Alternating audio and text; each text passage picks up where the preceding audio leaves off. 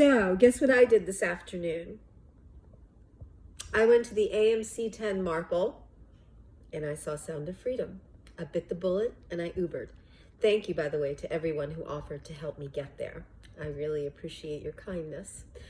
But I'm 61. I'm a big girl, so I figured out how to do it.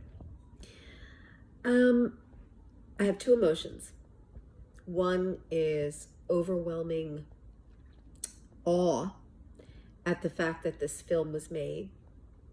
Awe and gratitude that the film was made and that the message is out there about the tragedy of human trafficking.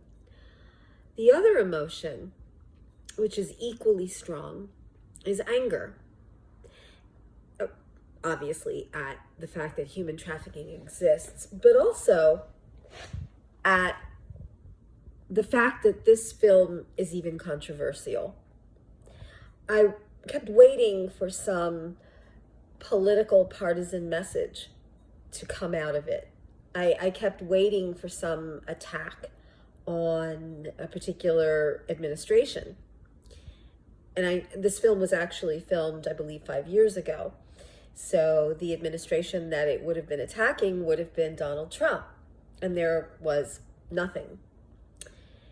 The only conclusion that I can come to, and this is why I'm angry, is that the film itself was rooted in faith. The tagline for the movie is "God's children are not for sale." God is mentioned numerous times in the film, and yet it is not one of those Christian films. In fact, Christianity is not even a part of the film per se, but faith is. And there was nothing that I could see that was melodramatic, that was sensationalized, that was manipulated or exploited.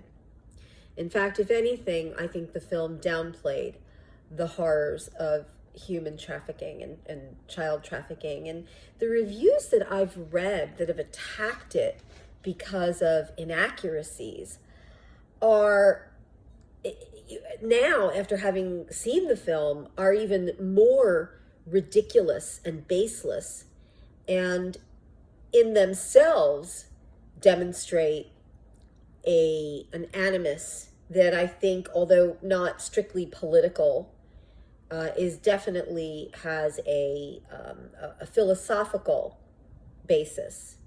For whatever reason, people on the left have a problem with this film, and I can't understand it, and it angers me that the city of Philadelphia has decided to basically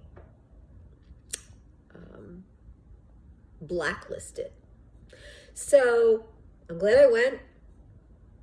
I'm going to write a review. I think my column next week is probably going to be the follow-up to the column where it says I wasn't able to see the film. Thank you again for everyone who offered. And if you haven't seen it, please go see it. I'll pay for your Uber.